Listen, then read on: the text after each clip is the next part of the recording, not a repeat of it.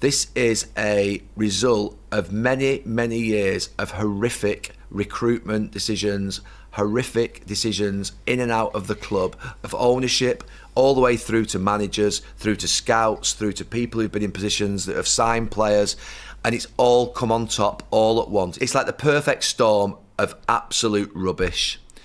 And it's come on top. The moment has finally come. And last night at the end of the game, I actually watched it in a pub. There were 100 United fans in there, and there was complete and utter silence.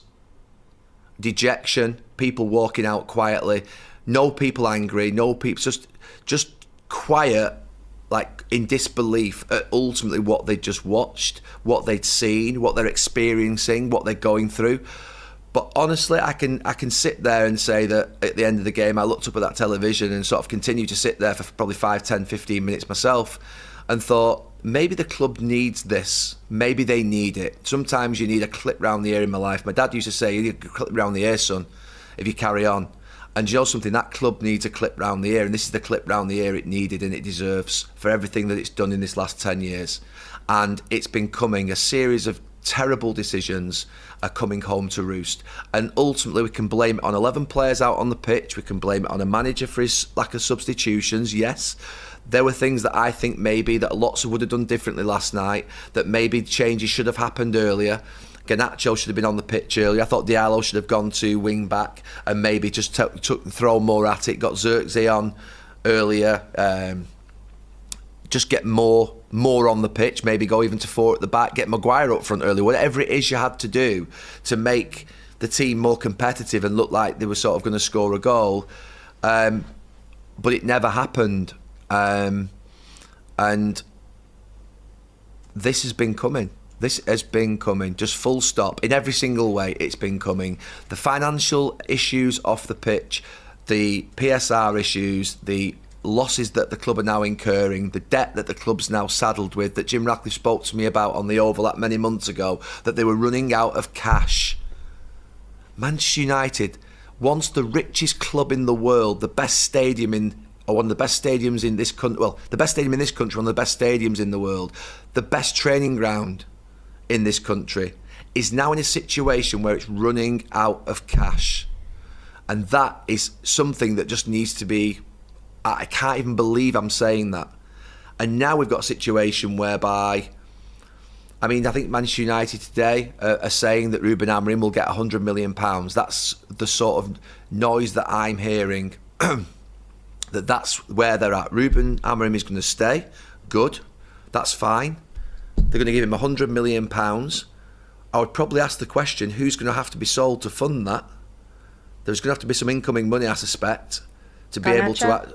Mainu. So it's Academy products. You're selling Garnacho, you're selling Mainu, you've sold McTominay, Rashford's gone, and maybe they're all the right decisions, those. But I tell you what, there's something fundamentally wrong when you're ripping the heart out of an academy at a football club. I used to say 3 things. Manchester United, they have to win, they have to play young players from the academy, and they have to play entertaining football. That's it. Now that, to be fair, sounds really simple. Those 3 things are non-negotiables. Win, produce young players, make sure you play them, make sure you give them a pathway, and you play entertaining football. All 3, if you sell Garnacho and Mainu, you've got rid of McTominay, you've got rid of Rashford, and let's say they're not, but you don't get rid of your own all en masse within 12 to 18 months if you're Manchester United to suit sustainability rules. That's what they're having to do here. I don't believe that they will be selling these players if it wasn't for sustainability rules, so that 100% of that money goes and deals with the problems that they've got. So we're now we've now become a model of team that are selling young players to fund the mistakes of the ownership over 10 years. But Gary, you mentioned there Rashford and you mentioned McTominay, and let's not forget Anthony as well. These players, when they leave, are doing better elsewhere. Rashford's done fine at Villa. McTominay's done great. Anthony's done great. He's in a European final. You've now got a manager who feels like, to me, the comments made last night, the quote was, if the board and the fans feel I'm not the right guy, I will go in the next day without any conversation about compensation, but I will not quit again. I am confident in my job. For me, those quotes were, I can see, now I've been here 6 months, I can see it's rotten to its core. I would be fine if I went. He's seeing that you talked about. There's something wrong. There's something rotten. It's not. What is it? What is it? And is the manager seeing it? And is he asking for a way out? Look, Rebecca, I think that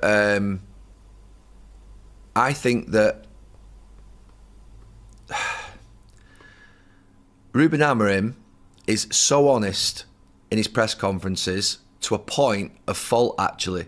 And how can we sit here and say to a manager, don't be as honest as what you are being? Because to be fair, I've interviewed him. I think he's fantastic. And I think he basically says what we're all probably thinking. They're the worst club side in history. There's problems at the club. However, don't offer yourself up. Don't offer yourself up ever. Ruben, don't do that. I'm talking as a 50-year-old person here who's at times thought that's the right thing to do. He's very young. He's saying the admirable thing. You know, I once watched Kevin Keegan in an England dressing room talk with real emotion at the end of a game about how I've taken it as far as I can, and he handed his notice in. But he'd had 2.5 years in the job. He'd had a couple of years in the job.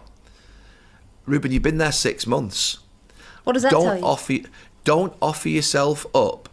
Just tell us how you're going to essentially drive a bus through that dressing room and what you're going to do to fix it. That's all you need to do. Focus on that. They've said that you're going to stay at the start of next season. The fans want you to stay. I include myself in that as well. I'm a fan. I want him to stay at the club. I want them to support him. I want them to give him a chance. Stop offering yourself up. Stop doing the honourable thing. The reasons that you're losing and the reasons that ultimately this club is failing at this moment in time is a series of things that not all are down to you. You didn't sign any of those players apart from Dorgu. You didn't sign any of those players. None of them are yours. If in a year and a half or in a year's time we're talking about a couple of transfer windows and you've made some significant changes to that squad and they're starting to become your team and we're still playing the same way, obviously he knows then at that point he's going to be in trouble. But he didn't want to take this job, Rebecca. He didn't want to take this job partway through a season. And what happens when you're a young person sometimes? You say, no, I'd rather come at the end of the season. But you take a job in your life sometimes because you get swayed into it and you think you're going to miss the opportunity, or you're doing it for a different reason, or you just end up folding and basically sort of giving in and saying, right, I'll do it. No, we need you now, or else it won't be there at the end of the season. And you'll be looking at it and think, I wish I just said no. That's what he'll be thinking. But now is not a time for him to offer himself up. Now is a time the club are supporting him. They're definitely going to put him in place at the start of the season. Just tell us how you're going to get it right. And I want to point towards Luke Shaw's interview, because I thought that was equally as telling, where he talked about we've got to look ourselves in the mirror and decide whether we're good enough to play for Manchester United. One, Luke, it's not your job to determine that. A player at Manchester United should have no control as to whether they're there or not.